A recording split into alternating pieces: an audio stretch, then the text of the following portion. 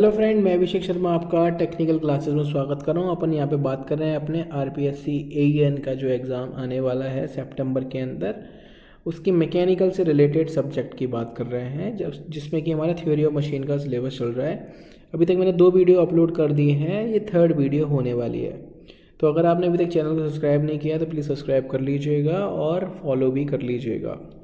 तो देख लेते हैं आज का टॉपिक क्या है। अपन बात कर रहे हैं सिंगल स्लाइडर क्रैंक चेन की। इससे पहले अपन 4 बार क्रैंक चेन और उसके इन्वर्जन की बात कर चुके हैं। जैसे कि आपको पता है कि 4 बार चेन की जब अपन ने बात की थी तो आपको आइडिया होगा कि उसके अंदर हमारे 4 टर्निंग पेयर होते हैं। कितने टर्निंग पेयर होते हैं? 4। कैसे? 1 2 3 4 टर्निंग पेयर होते हैं। क्योंकि ये सिमिलरली जो आपकी सिंगल स्लाइडर क्रैंक चेन है वो आपकी 4 बार चेन की तरीके से होती है। बस इसमें क्या होता है कि 3 टर्निंग पेयर होते हैं और एक आपका स्लाइडिंग पेयर आ जाता है। तो यहाँ पे जो स्लाइडिंग पेयर होता है वो आपका जो मोशन है उसको रेसिप्रोकेटिंग मोशन में कन्वर्ट करने की कोशिश भी करता है। कभी कभी ये पिस्टन आपका रोटेटरी मोशन भी करता है, जैसे कि आपको पता पड़ जाएगा जब हम इन्वर्जन की बात करेंगे। तो देख लेते क्या है। A single slider crank chain is a modification of the basic 4 bar chain, यानी कि जो बेसिक 4 बार चेन है उसका मॉडिफिकेशन है। It consist of 1 sliding pair and 3 turning pair, जो कि मैंने अभी आपको बता दिया। It is usually found in the reciprocating steam engine mechanism, यानी कि जो आपके आईसी इंजन होते हैं, इंटरनल कंबशन इंजन होते हैं, स्टीम इंजन्स होते हैं, रोटेटरी इंजन्स होते हैं, विथवर्थ क्विक रिटर्न मैकेनिज्म होती है, उसके अंदर हम इनके इन्वर्जन्स को आइडेंटिफाई करेंगे। This type of mechanism converts rotatory motion into the reciprocating motion and the vice versa. ऐसा करते हैं, यानी कि रोटेटरी मोशन को कभी रेसिप्रोकेटिंग मोशन में कर देते हैं और रेसिप्रोकेटिंग को कभी कभी रोटेटरी में कर देते हैं। In single slider crank chain as show in figure 5.22, जो कि यहाँ पे दिखा रखा है, link 1 and 2, link 2 and 3 and link 3 and 4, 3 turning pairs while the 4 1 free sliding pair. जैसे आप यहाँ रिप्रेजेंट करेंगे, मैंने फिक्स जो है उसको 1 मान लिया, दिस इज 2, दिस इज 3 और ये अंदर वाला जो पिस्टन है वो हो गया 4। तो 1 और 2 का जो कॉम्बिनेशन है वो आपका हो गया टर्निंग पेयर 1, 2 और 3 का जो कॉम्बिनेशन है वो दूसरा टर्निंग पेयर, और 3 और 4 का जो कॉम्बिनेशन है वो तीसरा टर्निंग पेयर, और जो चौथा और पहला है वो आपका एक स्लाइडिंग पेयर हो जाएगा। ये कहना चाह रहे हैं। बाकी इसके अंदर ऐसी कोई खास जानकारी नहीं है, अपन आगे आ जाते हैं। एग्जाम में इससे छोटे छोटे ही क्वेश्चन पूछे जाते हैं कि सिंगल स्लाइडर क्रैंक चेन के अंदर कितने टर्निंग पेयर होते हैं, कितने स्लाइडिंग पेयर होते हैं। गेट का एग्जाम नहीं है, आरपीएससी का एग्जाम है, तो ज़्यादा टिपिकल क्वेश्चंस नहीं आएंगे। अपन बात करते हैं, मैं लास्ट ईयर के क्वेश्चन भी सॉल्व कराऊंगा अगर आप हमारी इसके सीरीज के साथ जुड़े रहेंगे तो। आगे देखते हैं inversion of single slider crank chain की। तो inversion of single slider crank chain, जैसे मैंने आपको पहले भी बताया उसी फंडामेंटल पे, कि शॉर्टर लिंक के अगर फिक्स होगी तो आपकी डबल क्रैंक आएगी, शॉर्टर की एडजेसेंट फिक्स होगी तो आपकी क्रैंक रॉकर आएगी, शॉर्टर के सामने वाली लिंक अगर फिक्स होगी तो डबल रॉकर आएगी। तो इसी फंडामेंटल पे हम चलेंगे। तो पहला इन्वर्जन यहाँ पे उन्होंने बोला कि पेंडुलम पंप और बुल इंजन है। क्या है? पेंडुलम पंप और बुल इंजन। तो डायग्राम से ही मैं आपको समझाऊंगा डायरेक्टली। तो आप ये डायग्राम में देखेंगे, सबसे पहले जो चीज़ नोटिस है, मैंने सबसे पहले ढूंढा क्रैंक को, तो क्रैंक मिल गई।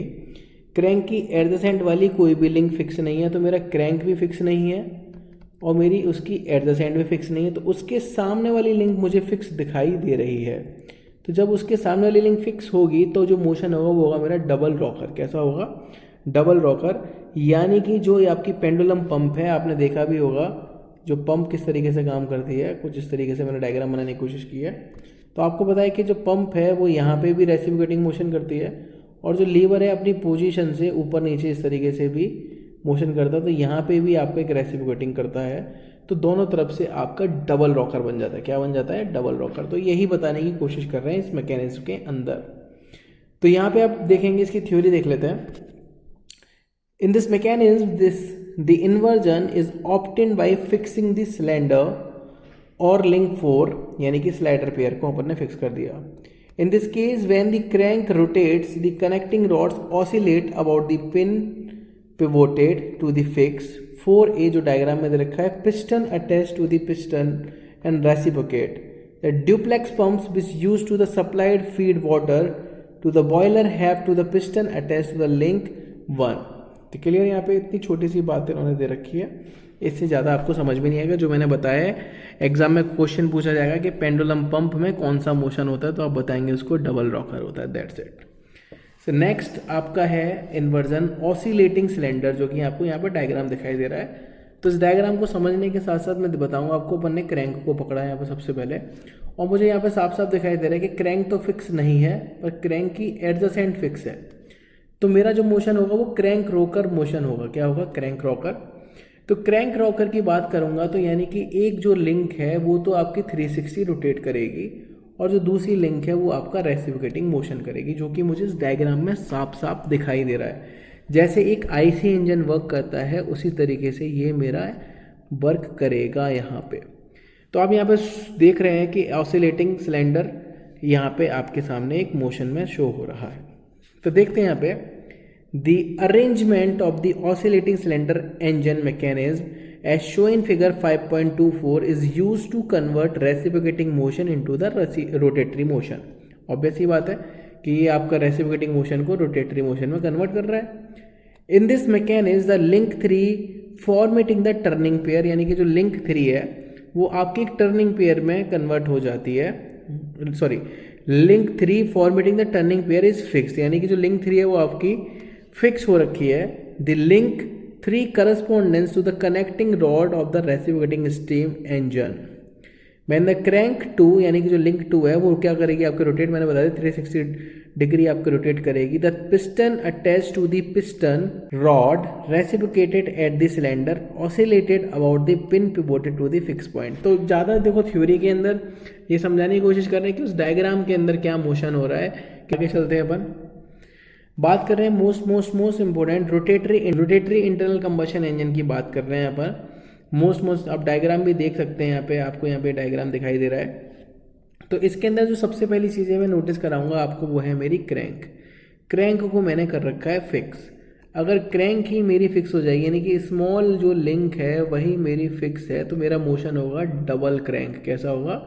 डबल क्रैंक, यानी कि सबसे ज़्यादा मोशन होगा यहाँ पे, सारी लिंक आपके रोटेट करेंगे, इसीलिए ये मेरा इसका नाम रखा गया है रोटेटरी इंटरनल कंबशन इंजन। क्या लिखा है?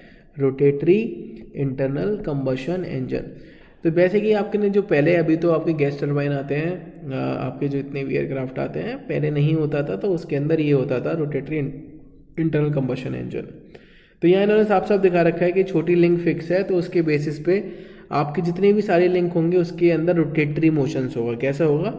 Rotatory motion. आप यूट्यूब पे जाके इनकी एनिमेटेड वीडियो भी देख सकते हैं, आपको बहुत अच्छी तरीके से मिल जाएंगी आपको इनकी एनिमेटेड वीडियो।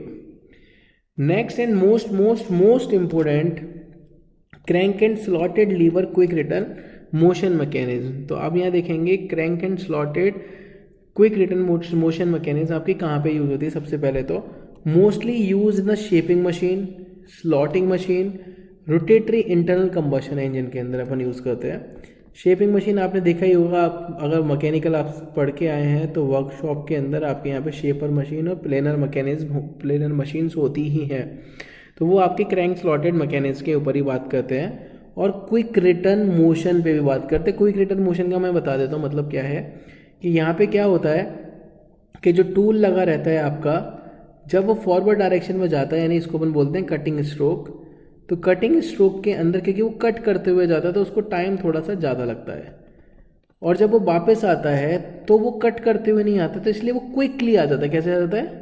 क्विकली आ जाता है। तो इसलिए इस मैकेनिज्म का नाम आपका क्विक रिटर्न आ जाता है, यानी कि रिटर्न स्ट्रोक आपका फटाफट हो जाएगा, तो इसलिए इसका नाम हो जाएगा quick return mechanism. That's it. तो मैं यहाँ पे आ जाता हूँ कि इन्होंने सबसे पहले मेरे को जो डायग्राम है वो समझना, उससे यहाँ पे आपका होगा डेरिवेशन। क्या होगा? डेरिवेशन।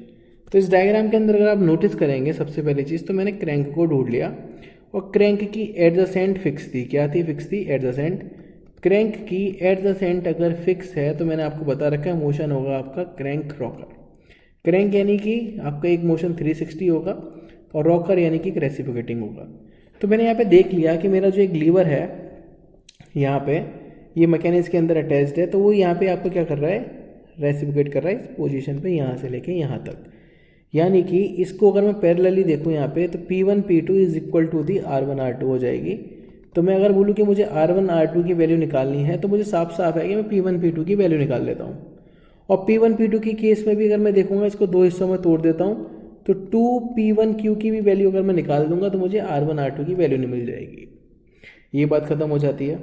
अब अगर यहाँ पे आप दो चीज़ें और देखेंगे ध्यान से, आपको दिखाई देगा एक बीटा एंगल और एक दिखाई देगा आपको एल्फा एंगल। तो बीटा एंगल और एल्फा एंगल क्या है आप देखेंगे, क्योंकि मुझे कटिंग स्ट्रोक में ज़्यादा टाइम लग रहा है तो जो बीटा रिप्रेजेंट कर रहा है वो कटिंग स्ट्रोक को रिप्रेजेंट कर रहा है। क्या लग रहा है? कटिंग स्ट्रोक के अंदर जो टाइम लग रहा है उसको रिप्रेजेंट कर रहा है। और एल्फा क्या है? छोटा एंगल है, तो ये आपके रिटर्न स्ट्रोक को रिप्रेजेंट कर रहा है। तो मैं अगर बात करूं कि मुझे क्विक रिटर्न रेशियो निकालना है, क्या निकालना है? Quick return ratio. तो मुझे इन दोनों एंगल्स को आइडेंटिफाई करना पड़ेगा। तो ये मेरे को मेन चीज़ इसके अंदर डायग्राम के अंदर आइडेंटिफाई करनी है। अगर हम यहाँ पे नोटिस करेंगे कि दिस एंगल इज एल्फा, तो ये वाला एंगल मेरा एल्फा बाई 2 हो जाएगा और ये 90 है तो ये मेरा कितना हो जाएगा? 90 माइनस एल्फा बाई 2। और मैं अब इस एंगल को कंसीडर करते हुए मैं इस बड़े वाले ट्राइंगल में आ जाता हूँ। इस बड़े वाले ट्राइंगल में आ गए यहाँ पे। तो बड़े वाले ट्राइंगल के अंदर अगर आप नोटिस करेंगे यहाँ पे जो एंगल है ये मेरा 90 माइनस एल्फा बाई 2 हो रहा है। और मुझे यहाँ पे वैल्यू निकालनी है P1Q की, और A1P मेरा एक लेबर है। तो मैं साइन लगा देता हूँ, sine 90 minus alpha by 2। Angle के सामने मेरी हाइट हो जाती है तो ये हो गया मेरा P1Q, और ये मेरा हाइपोटेनियस हो गया तो ये हो गया मेरा AP1।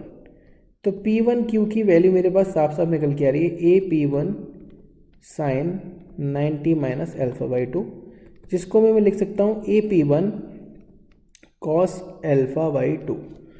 तो यहाँ पे मुझे साफ साफ पता पड़ गया, मैं देखेंगे भी कि यहाँ इन्होंने लिख भी रखा है, अपन यहाँ तक आ गए कि 2 into AP cos alpha by 2। अब कॉस एल्फा बाई 2 की वैल्यू मैं इस छोटे वाले ट्राइंगल के अंदर रिप्रेजेंट करता हूँ। This value is alpha by 2, तो इसके सामने मेरा हाइट होगा तो ये मेरा बेस हो गया।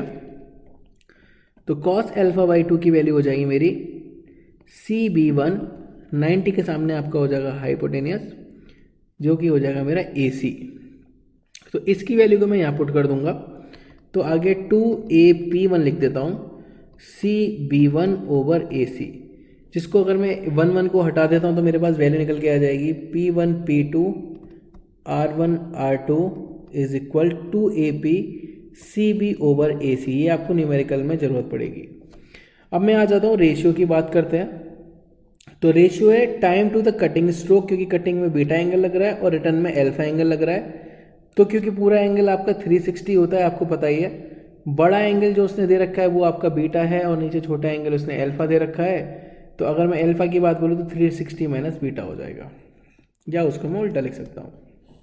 तो यहाँ तक आपको समझ में आया होगा मेरे हिसाब से। अगर यहाँ तक आपको समझ में आया तो प्लीज़ वीडियो को लाइक ज़रूर कर दीजिएगा। आगे आपको और भी अच्छी वीडियोस मिलेंगी। आपको मैकेनिकल से जो सब्जेक्ट है RPSC के अंदर जो आ रहा है AN के लिए, आपके जितने भी बेसिक क्वेश्चंस आते होंगे, बेसिक कॉन्सेप्ट आपके क्लियर हो जाएंगे। इस तरीके से मैं आपको पढ़ाऊँगा। अगर आपको वीडियो अच्छी लग रही है तो प्लीज़ लाइक ज़रूर कीजिएगा। Thank you so much guys, thank you.